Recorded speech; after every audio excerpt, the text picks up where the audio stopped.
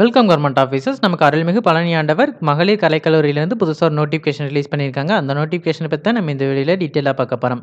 இந்த காலேஜில் டீச்சிங் போஸ்ட்டுக்கும் நான் டீச்சிங் போஸ்ட்டுக்கும் தனித்தனியாக ரெக்ரூட் பண்ணுறாங்க. டீச்சிங் போஸ்ட்டில் என்னென்ன இருக்குன்னு பார்த்தீங்கன்னா ஆங்கிலம், வணிகவியல், கணினி அறிவியல், தாவரவியல், விலங்கியல், வணிகவியல், தமிழ்வழி கல்வி, சைவ சித்தாந்தம் இதுக்கெல்லாம் வேகன்சி இருக்குது.